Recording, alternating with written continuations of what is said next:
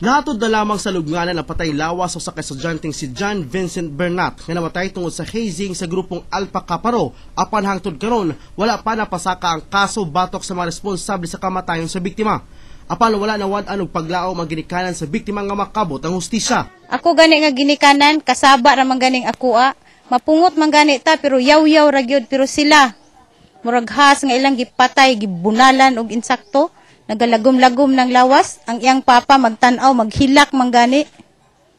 Mao ginay ako ang ipadayon gyud nako ang kaso haron dakpan gyud ang mga taong nagbuhat sa ingon.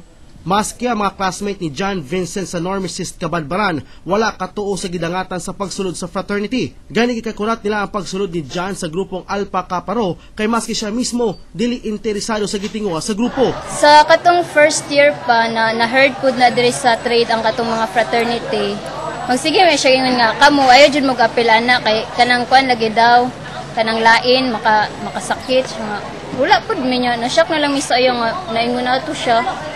Di ko ka eskwela kay nako sa ospital. Abi namog iyang mama ng ospital, siya man di ay.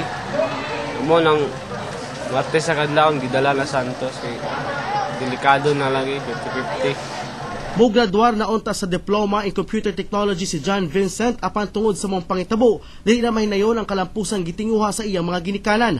Una pa man nabugtuan sa ginhawa ang biktima, usa ka pangalan ang nasangpit niini sa inahan nga mo'y nakabalo sa iyang gidangatan. Ang iyag yung pangalan gimension magid si Glover Jurico, mao gyud akong pangitaan sa tanan. Giulat na lamang sa PNP Kabadbaran nga ma-autopsy ang patay lawas si John Vincent aron mahimong lig-on ang kasong ipasaka batok sa mga miyembro nga nagpaygayon sa hazing.